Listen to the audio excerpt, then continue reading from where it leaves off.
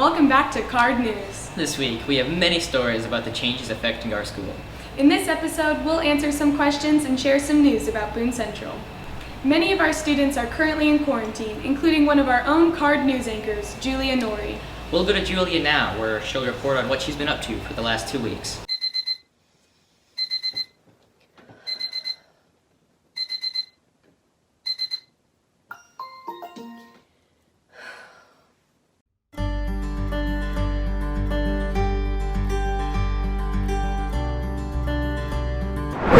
You actually thought that was my morning routine? I'm pretty sure no one wakes up like that. Hi, I'm Julia Norrie, and I'm reporting to you from the comfort of my own home. 2 weeks ago, I was sent home because I happened to be exposed to COVID-19 and had to quarantine from the school for the next 14 days. So, I did what any normal person would do. I packed my bag, put on my fake off-brand Birkenstocks, and made my way to Bora Bora, baby! Unfortunately, I don't have that kind of money, so we went for a more cheaper option and decided to camp out at home. So here's me showing you how I sleep. I'm a restless person and I don't sleep in just one position all night. I also dream every single night, so I typically wake up like this. And that's usually around 7:40ish, so I get up and I have to take my brother to school, so yeah. Bye, Aiden. Have a good day at school. And right about 8:01, I start virtual school, and yes, that's right, Zoom classes from 1st to 8th period. Yay! But no, for real, it was a pretty interesting experience, and the lag was pretty bad. When virtual school was done for the day, I would go work out, including running/biking, because I'm currently in cross country right now, and I didn't want to be too out of shape when I started running meets again. So right around 7 to 8 p.m. I practice my violin, and so here in these clips I'm practicing for an audition coming up. I have to bounce my bow, so I was just practicing over and over. And here's a video of me staring into your soul! Just kidding, I'm actually looking at my bow. Even though being at home all day, every day, kinda stunk, there were definitely some things I've learned and got to experience. I got to spend more time with my dad. Got it. Visit animals inside and outside the house. You know I love you, right? I love you so much. Oh my god.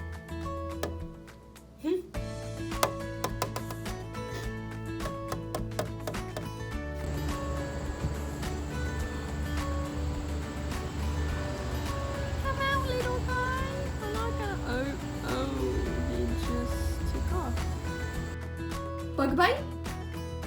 Bug bite? Played for a wedding. The real reason why I do weddings. Cake. Love cake. Wore PJs all day. And spent some time with my sisters. These stuffed animals are taking their flu shot. What's this guy's name? Moosey. Okay. Dr. Grace, go ahead and give your demonstration.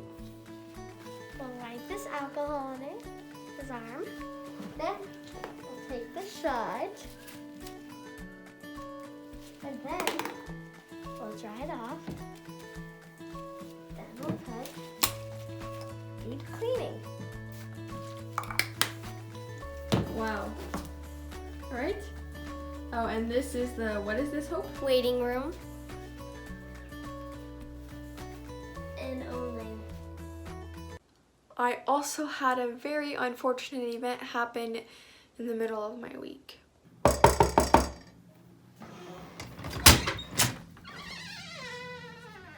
You're invited to my fish's funeral. Your fish.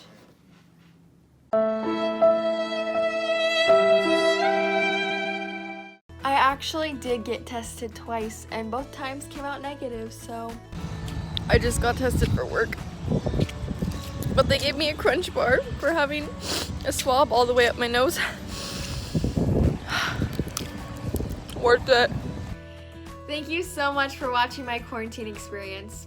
I also wanted to give a huge shout out and a huge thanks to all teachers who are teaching during this time, whether teaching students virtually or in person, while keeping themselves safe and their students safe. Thank you for cooperating with us always and tolerating us crazy students sometimes. We couldn't have done it without you, so thank you so much. Thanks, Julia. Since March, there have been many questions and concerns about our school's protocols regarding COVID-19. Madison has interviewed Mr. Kravik to ask the latest news and current precautions in place here at Boone Central. Sit next to someone who tests positive, how long will you be out? So with the health department, we have a flow chart or algorithm that identifies what we do when we have a positive case. So what we look at, basically two factors. One is the 6 feet distance, and then along with that is the 15-minute continuous exposure time. So if you're within 6 feet for 15 minutes or more, then we identify those. If you're next to a positive student without a mask, and so we would look at that, and that's where you have the exclusion. So we also look at the person that is actually is positive. So as long as one of them have a mask, then we don't exclude for that. How far does contact tracing go, like secondhand exposure, third-hand exposure? So we just look at the primary exposure. We don't go beyond that. So we just look at what I just said about looking at just directly that one student that is positive. Can you come back to school if you test negative after you've already been sent home? Yeah, we've had several kids that have been out due to symptoms, or maybe a family member has COVID, and so if they test negative, which we've had quite a few, then they come back to school right away. What COVID procedures have been set into place to make everything flow better? Okay, gotcha. So yeah, we've done a lot of things with just the way we changed our classes around. We get 5 minutes in between classes, trying to get people moving. The biggest thing that we found out here, even in the last couple of weeks, is trying to keep people spaced out, not in one place for a long period of time. Sometimes in a classroom it's hard because we have some smaller classrooms, but if we can get our desks all facing the same direction, the in-between classes has really helped. You just don't see a lot of gathering of large groups, so that's really good. And so we encourage that for all of our sponsors to make sure we try to keep spaced out and don't have large groups together. For activities, we've done a lot as far as spacing the crowd out, and then obviously the mask wearing is highly encouraged. Why do you recommend wearing a mask? So with the policy that we've gotten from the health department is that, like I said before, so if you have a positive person and either that person is wearing a mask, or if you're sitting next to that person within 6 feet for 15 or more minutes, you have a mask, then you would not be excluded. So it's really important that we do that. Perfect. Well, thank you, Mr. All right, Kravik. thank you. Color Day is approaching fast, but don't worry, I have the latest news on this year's celebration. Wait a second, what's Color Day?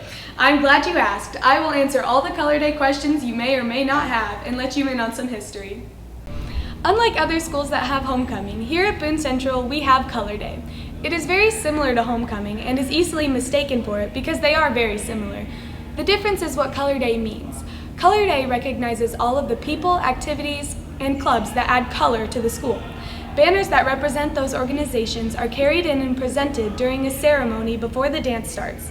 According to our research, this year will be the 80th year that Color Day has been hosted in Albion. The idea for Color Day came from Professor Don A. Leach, who taught here from 1927 to 1963. Originally, it was called the Carnival Ball, and only a queen was elected and crowned during a halftime of a basketball game. But after 2 years, the name was changed to Color Day, and kings were also elected by the students. This year, Color Day is no exception to the changes made due to COVID-19. I interviewed Mr. Kravik to get some answers about what this year's dance will look like amid a pandemic. When is Color Day? Okay, Color Day, which is actually the same week every year. This year it's Saturday, October 10th. What is the ceremony going to look like this year? So our ceremony, other than the people that will be coming in to observe it, will be about the same as usual. We are going to only let families of the students in, and they will be spread out into kind of like box seats. We'll have them taped off in the bleachers, and they'll be ushered in by students. So other than that, the actual ceremony of Color Day will be the same as usual. And when does that start? That starts at 8 o'clock that night. Are masks required? Yes, they are, and that's part of our new mandate, not only for during school, but during activities. What are we doing instead of a regular dance this year? So this is kind of one of the controversial things. I know a lot of students are kind of worried about it, but we're actually bringing in someone that's a professional dancer from UNL. They're going to kind of teach us how to dance, do different dances, and we do encourage people to dress up like usual. I know there's been some talk about that, but we really want you to have that same experience. But hopefully we can teach you guys how to dance a little bit, and it'll still be from the same times, well, a little bit earlier. It'll be 9 to 10:30 for the dance. And so how much does it cost to get in? So it's $5 actually for families to get into the Color Day ceremony, and then $2 for students, which includes their dance fee also. Who's allowed into the dance? It's another change this year because of the situation we're in right now. We're only allowing students at our school into the dance. Have any changes been made to post-Color Day? We're just trying to keep in mind some things that we've obviously done just throughout the year. It is going to be hopefully a good time for students. We're doing bubble soccer, so that'll be in the main gym, I believe, and also lots of good food. And I think they're doing like an amazing race where you guys will go around the school. You'll have kind of similar like a scavenger hunt and have to find different things out about school or people in school. And when does that start? So I believe that's 10:30, and then 10:30 to 1 is we call that, it's run by the SAD organization. So the post-Color Day is run by SAD. Do we get a leave between the dance and post-Color Day? Typically we don't allow that. We may allow just a few minutes to change, but there'll be like a time limit in between there, maybe a half hour where you have to check back in. And there will be breathalyzers for that. Thanks, Ashlyn. Now we'll hop over to Jason Zach for clubs and activities. Hi, I'm Zach Boylson. Around the school, we've had many different clubs that have had activities. NHS had a meeting last Tuesday at the football field. On the 14th, we had Mr. Kramer come in as a guest speaker for FBLA. And on the 22nd, FFA is land judging in St. Paul. Next week, the FBLA officers are taking part in the fall leadership program.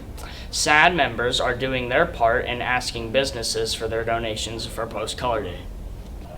Now we will end today's episode with a look at sports. On Monday, September 14th, our JV football team beat St. Paul. The varsity football game on Friday, September 18th against Central City was postponed due to COVID-19. All football games and practices have been suspended until Tuesday, September 29th. On Tuesday, September 15th, girls varsity softball had a triangular at home.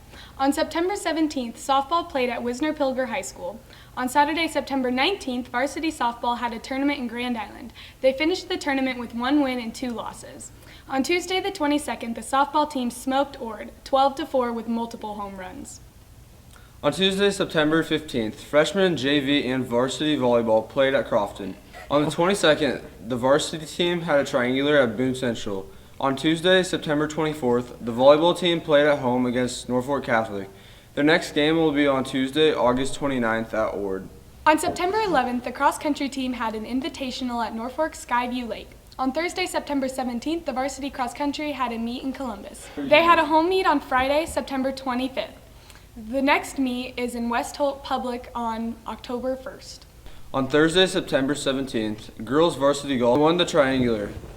Abby placed first with 39 points. Rachel tied for fourth with 49 points. Emma scored 50 points and placed fifth.